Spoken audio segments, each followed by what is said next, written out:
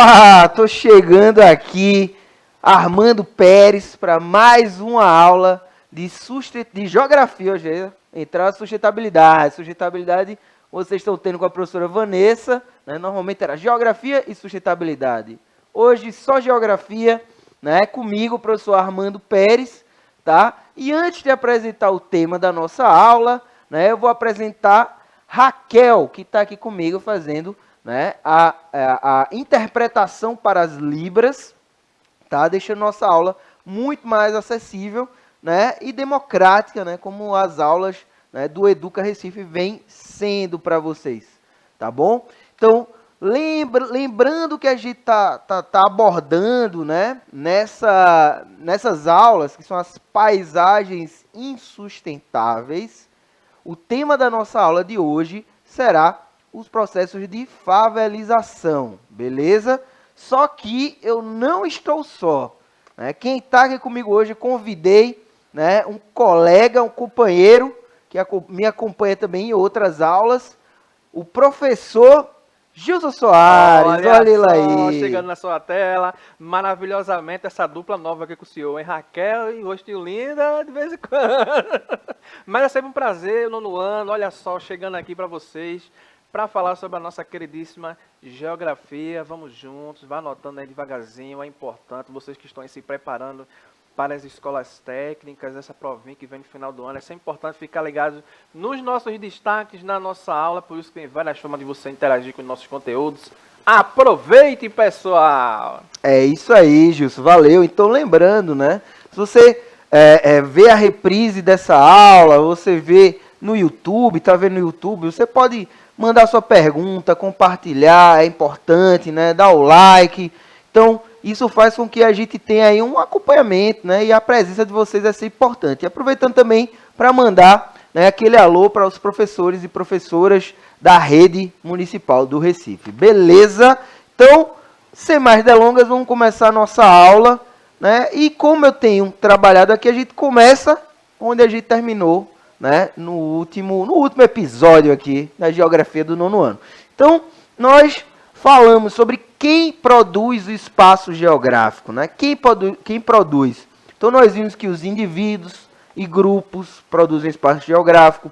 As empresas, né, são atores, né? A gente até falou, atores e agentes, né? Todos esses aí são atores espaciais, né? São agentes espaciais, atuam no espaço. Então, os políticos, né, que representam o Estado, as universidades e centros de pesquisa e as organizações não governamentais, que são aquelas entidades do terceiro setor, né, que não têm fins lucrativos, visam ali prestar um serviço, né, para a comunidade onde o Estado não está atuando.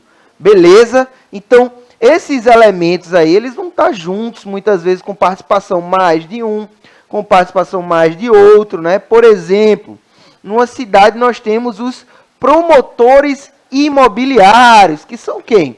São, por exemplo, as pessoas que têm lá, receberam de herança uma grande propriedade no limite da cidade. E aí essa propriedade ela vai ser ali comprada pela prefeitura para poder virar um novo bairro, tá? Então, pensando sobre isso, a gente já tem mais de um ator aí, né, presente nessa produção espacial, tá? Então, é importante a gente lembrar disso, que o resultado, né, as paisagens que a gente chama de insustentáveis, elas são resultado, né, da junção dessas ações, tá? Belezinha, e também em menor grau, né, da natureza. Então, o tema do nono ano, a gente está trabalhando bem aí a relação sociedade, né, e a produção do espaço. Beleza, pessoal? E aí, ó, para começar a nossa aula de hoje, eu trago aqui outros elementos, né, eu pensava que já ia começar mesmo, mas aí só lembrando, né, que são os processos decorrentes dessa produção espacial, né? E aí, professor Gilson, destacando a produção urbana, tá? Daí o tema que a gente tirou, eu disse a vocês na aula que a gente ia pegar alguns pontos desses e abordar os principais, né? Porque são vários aí e muito próximos, né, Gilson? A gente Exatamente. tem segregação, Aí tem periferização, favelização, suburbanização, encortiçamento. Então, todos esses aí Bem são bem análogos. próximos e têm a Isso. mesma, digamos assim, basicamente a mesma dinâmica, Exato, né? são bem E aí a gente vai destacar a favelização, que é, digamos assim, um macro tema. Beleza? Então, ó, presta atenção aqui. Aí o professor Gilson, Eita. ele foi convidado aqui hoje porque eu preciso do olhar Hum, afiado, né, do olhar geográfico do professor Gilson. olha, Gilson, diga. eu vou facilitar. Ele vai fazer um quiz agora com o professor Gilson, tá, nono ano? E aí, eu trouxe algumas imagens. Essa imagem estava aí na tela para vocês. Vocês viram que é em preto e branco, tá? Vale a pena salientar, Gilson. Isso. E aí, eu queria saber de Gilson. Gilson, Aham. eu vou facilitar. Não vou facilitar primeiro, não vou facilitar não. Vai. Vá. Onde é esse lugar? Onde é? Que lugar é esse? Olha, professor, me remete a, nesse processo que eu faço aqui, a minha migração pendular, né, diariamente. Eu passo por áreas bem similares a essa, no município de Camaragibe, áreas de morro. E aqui está bem parecido, me remete muito à cidade do Rio de Janeiro. A cidade do Rio de Janeiro? Sim. É isso aí, vamos ver. Será que é no Rio de Janeiro isso aí? É não, professor, é na Oh, Bolívia. é Bolívia. É Lauto, num bairro lá perto de La Paz, tá? Na Bolívia. É bem similar, viu? Parece, né? É, Vamos para bastante. mais aqui. Tem mais, viu? São 3 ao todo. Vamos mais. Olha, essa daqui. Eita. Coloridinha, né? É Bora lá. aqueles projetos, né? Bem artísticos. Exatamente. Deixa eu ver aqui pela arquitetura, né? Outra área de morro, mais uma vez. Venezuela. Venezuela. Será que o professor Gilson acertou? Quase. Gilson. Equador, né? Então a gente já teve aqui 2 países, né? Países. O Equador não é vizinho, né? O Equador não tem vizinhança, mas Bolívia tem. Mas 2 países da América do Sul, né? Que a gente conseguiu encontrar esse processo, né? Essa paisagem, né? Que a gente conhece como favela, tá? Vamos continuar aqui, tem a última, professor. Nossa senhora. Deixa eu ver aqui. Nossa, essa daqui tá bem mais ajustadinha, é um morro bem mais íngreme, alguns vesquícios de vegetação ali em cima. Vamos lá, essa tem que ser no Brasil, né? Aqui no Brasil, professor, São Paulo. Não, professor, ó. Não? É na Colômbia. Por que eu trouxe? Isso aí foi meio que uma pegadinha também, né? Mas por que eu trouxe essas imagens, né? De lugares, né? De países que são aqui próximos de nós. Porque muitas vezes a gente acha que esse processo é um processo exclusivamente brasileiro, né? Isso. Esse processo de ter esses bairros, essas moradias inadequadas. Então eu trouxe aí de países distintos justamente para vocês, né, afiarem o olhar e a percepção para os outros países da América do Sul. Percebem? Por quê? Porque são paisagens, né, são lojas, apesar de, por exemplo, ter sido uma colonização espanhola nesses países, né, e a gente tem uma colonização portuguesa, apesar disso, a gente vai ter como resultado moderno paisagens muito próximas. E essas paisagens é o que a gente vem trabalhando, é o que a gente vem abordando, né, de serem paisagens insustentáveis, né, de serem lugares de ocupação aí, muitas vezes ocupação inadequada, né, sem infraestrutura, que é o conceito geral que a gente tem de favela, tá? Mas a gente vai aprofundar aqui, vai entender melhor a criação desse processo. Olha aí, ó. Como conceituar a existência de habitações e subhabitações, tá? Houve aí faltou uma barra, né? E aí a gente tem justamente o processo de favelização, que é o seguinte, né? É um processo espacial, né? Então a gente vem tratando na geografia. A geografia tem como objeto de estudo o espaço geográfico, né? A gente já viu lá atrás o meio técnico científico, né? Aquelas formas de produzir esse espaço. Então, né, é um processo espacial de ampliação de áreas de ocupação irregulares nos centros urbanos. Ela é desencadeada por meio da necessidade de moradia de parte da população que Na inexistência de condições econômicas favoráveis, habita zonas naturais consideradas impróprias para a construção de moradias. Então, veja, isso aqui é o conceito. Eu tenho certeza, né, por a gente viver em Recife, né, ter escola espalhada em vários bairros aqui da nossa cidade, que isso é um ambiente, né, muitas vezes que está no dia a dia das pessoas, né, de vocês, alunos e alunas. Então, é um conceito que eu tenho certeza que você já sabe empiricamente, né? Então, se a gente, né, na sala de aula, é possível vocês falarem sobre a percepção de vocês, é até recomendável isso, percebem? Porque é um aprendizado próprio de vocês, mas aí a gente precisa conceituar, né? E como é que a gente conceitua? Justamente sendo áreas, né, ocupadas irregularmente, tá? Por uma população que no início dessa ocupação não vai ter condições, né, técnicas e financeiras de criar um ambiente de habitação adequado. Né? Lembrando também, né, da ausência do planejamento urbano, da ausência, né, do papel do Estado como um produtor, né, desse espaço, beleza? Ó, e aí o que é que acontece? Favelização. Ó, aqui do lado eu tenho uma desambiguação do termo, né, uma separação, né, para o termo.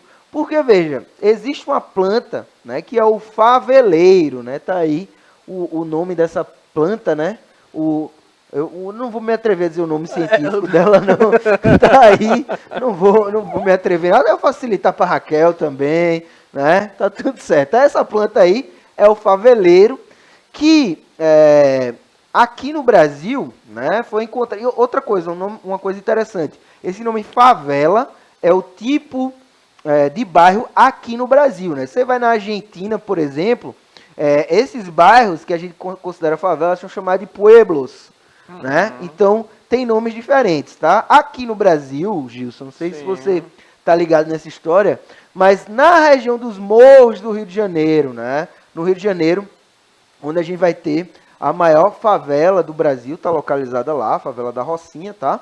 Então, lá na região dos morros do Rio de Janeiro, no início do século XX, quando populações chegavam do Nordeste, né, chegavam de outras regiões, de outras cidades do próprio estado, para ocupar a capital, né, porque o Rio de Janeiro foi a capital do Brasil, tá? Até 1960, quando construiu-se Brasília. Então, enquanto o Rio de Janeiro estava chegando muita gente lá, a cidade ela não se adaptou, né? Ela não se preparou para receber essas pessoas. Qual foi a consequência disso? A população começou a ocupar os morros. E aí, por que os morros, professor? Porque os morros eram, por serem um lugar de difícil construção, né, de precisar mais técnicas, o que é que acontece? Era um lugar que era deixado de lado, então as pessoas não iam ocupar ali. E nesses morros existia muitas dessas plantas, né, que é o faveleiro, né? E o nome do fruto dessa planta é o favelo, né? Então a favela, né, o nome favela vem justamente das ocupações da área dos faveleiros, tá? Então veja que existem essa relação aí. Ó, aí do lado a gente tem escrito favelização, né? É o processo, né? O processo de favelização envolve, né? Também envolve condicionantes históricos, geográficos, econômicos e políticos que refletem a ausência de políticas públicas de acesso à moradia. Exato. Gilson, Liga. vamos aí falar para a galera, né, sobre políticas públicas. Eita, Né? A gente falou de vários atores, como eu já te falei, né? Tu viu no começo da aula, a gente tem tratado de atores. E aí, como é que a gente pode refletir sobre as políticas públicas para a habitação aqui, Gilson? Justamente. Traz um pouquinho um olhar para a gente aí. Quando a gente fala essa questão da favelização, também me faz lembrar, foi só a Guerra de Canudos.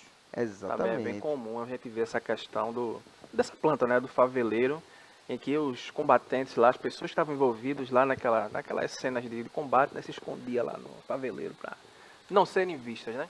Já quando a gente fala na questão das políticas públicas, né, a gente tem uma cidade ela é atrativa populacionalmente, né?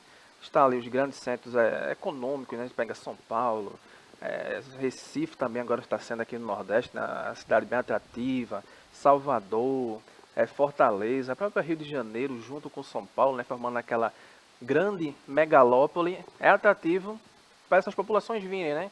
Atrás de melhores condições de vida, procurar um emprego. Nós vamos ter lá grandes lojas, grandes indústrias, né, que precisa dessa mão de obra. Mas aí, esse grande contingente populacional ali, aí não encontra as condições ideais para se situar ali, aí vão ficar o quê? Ó? À margem. Eita, aí se não tiver uma política pública que vá também atingir, ó, essa população que vai estar ali à margem, aí a gente vai ter o quê? Essa população com falta de uma educação de qualidade, falta de um sistema de saúde que atenda também essa população que está por ali. Aí vem a questão da moradia, e tem as pessoas que vão morar nessas habitações em morros, em áreas de risco, né? Quando chove é um caos, né? As pessoas têm que procurar outros locais. E aí já vem outros problemas atrelados, saneamento básico, a questão do deslocamento dessas pessoas nesse grande centro urbano, né? A questão do transporte público, né, que eu estou falando em relação a isso, né? Tem toda essa dinâmica que deve existir, essas políticas públicas, para facilitar a vida dessas pessoas dentro desse grande centro urbano, professor. Massa, Gilson, valeu mesmo. E aí, ó, a gente viu aqui que existem condicionantes, né? Gilson falou de história aí, né? Os próprios soldados, né, quando vieram de Canudos para o Rio de Janeiro, né? Os soldados, eles, que foi um massacre em Canudos, os soldados, eles ficaram, digamos assim, eles levaram um cheixo, né? Isso. Eles não foram pagos pela campanha de Canudos, né? Por ter vindo do Rio de Janeiro até a Bahia, né? Lá no como é? Arraial de Canudos, que está lá até hoje, o pessoal da geografia, né? Na minha época ia lá visitar, ia lá visitar. Então lá no Arraial de Canudos e lutaram lá a Guerra de Canudos. Então esses soldados voltaram e não receberam, ficaram à mercê da sorte e ocuparam regiões que originaram favelas também, lá nos morros do Rio de Janeiro. E aí eu já trago para essa questão geográfica, né, professor Gilson? Sim. As favelas, né, esses bairros, essas subhabitações, elas estão sempre em morros? Não, né? A gente não tem como uma condicionante, né, para esses bairros a presença de um relevo, né, de declividade considerável, né, como os morros. Por exemplo, a favela Sol Nascente, em Brasília, está caminhando para ser uma das maiores do Brasil. Brasília, né, tem um relevo do quê? Bem plano, né? Está ali no Planalto Central do Brasil, né? Então, não necessariamente, né, para ser uma favela, né, a gente vai ter essa característica. Outro termo importante que a gente debate aí, Gilson, é que ficou, né, comumente, né, de que não pode falar favela, ou tem que falar comunidade, ou... A margem, né? Exatamente. Então, veja, é importante a gente trazer isso aqui, por quê?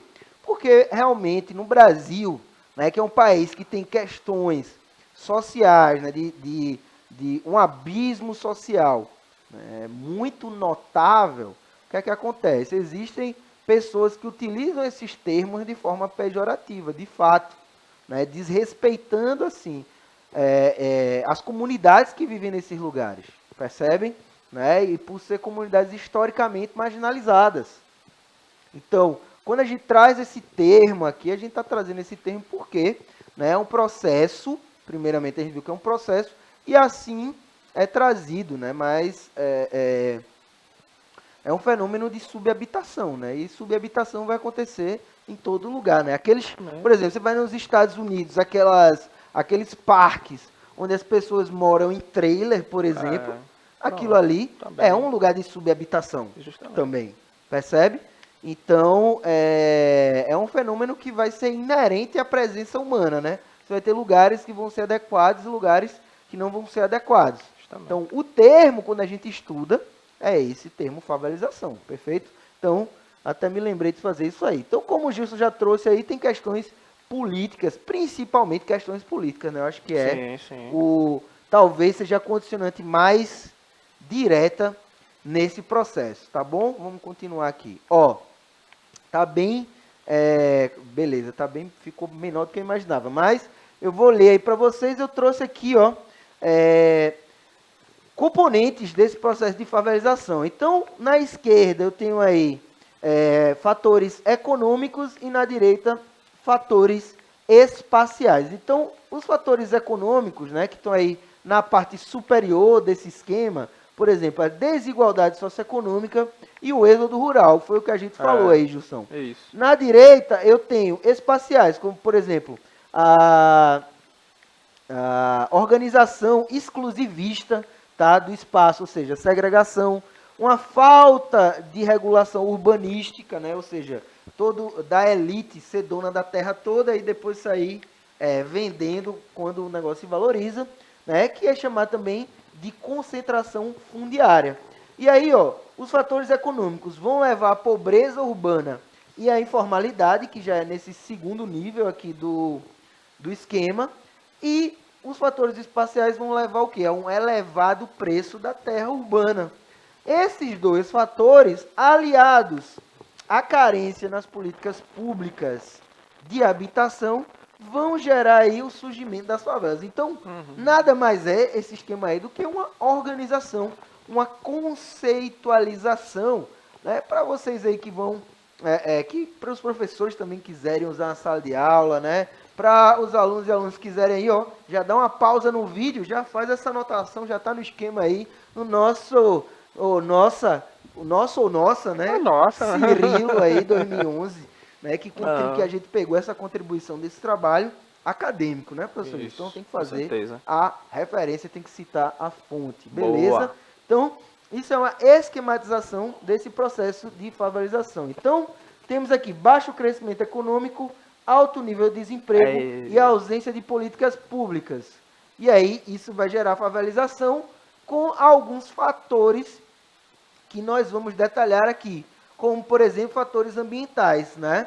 Então, agora a gente já está vendo as consequências, né, da existência desse tipo de questão aqui no Brasil, né? Então, das consequências ambientais, nós temos os deslizamentos, né? A gente vê isso aqui em Recife, né, pela ocupação dos morros aqui da nossa cidade, né, que infelizmente é feito de forma inadequada, né? Quer dizer que não pode ocupar morro nenhum? Não. Mas, se no começo da ocupação não houver técnicas que garantam, né, a sustentabilidade da construção, aí realmente fica muito temerário, né? Isso, Essa palavra exatamente. bonita aí, temerário, perigoso, né? Vamos continuar aqui, ó.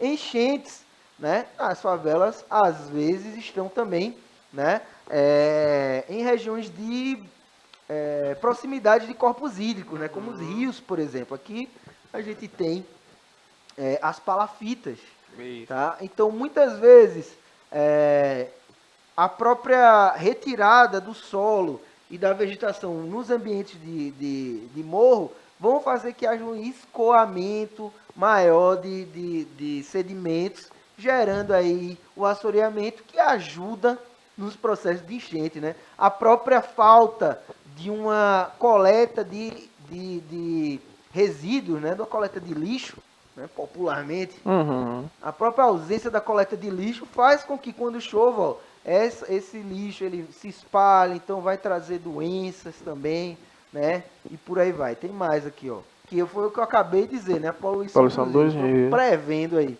Então, a poluição dos rios, minha gente. Por quê? Porque normalmente lugar de altitude um pouco mais elevada, vai ali ser fundamental para a drenagem, né? Vai ali escoar água, muitas vezes, dependendo da inclinação. É uma nascente, passa ali um riachinho, né, que no período de cheia pega mais água. Então, tudo isso vai ser arrastado para os corpos hídricos, né? Ou seja, vai ser arrastado para os rios urbanos, né? Rios e riachos urbanos.